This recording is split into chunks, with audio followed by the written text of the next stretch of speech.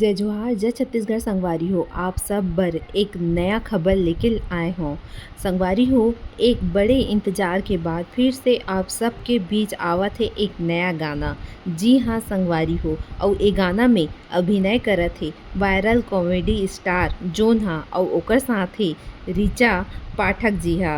और संगवारी हो, ए गाना में अपन आवाज़ देहे हमर छत्तीसगढ़ के गायक विवेक शर्मा जी हा और गायिका कंचन जोशी जी हा एमा अपन आवाज़ देहे। और संगवारी हो, ए नया गाना के नाम है दिलवाली।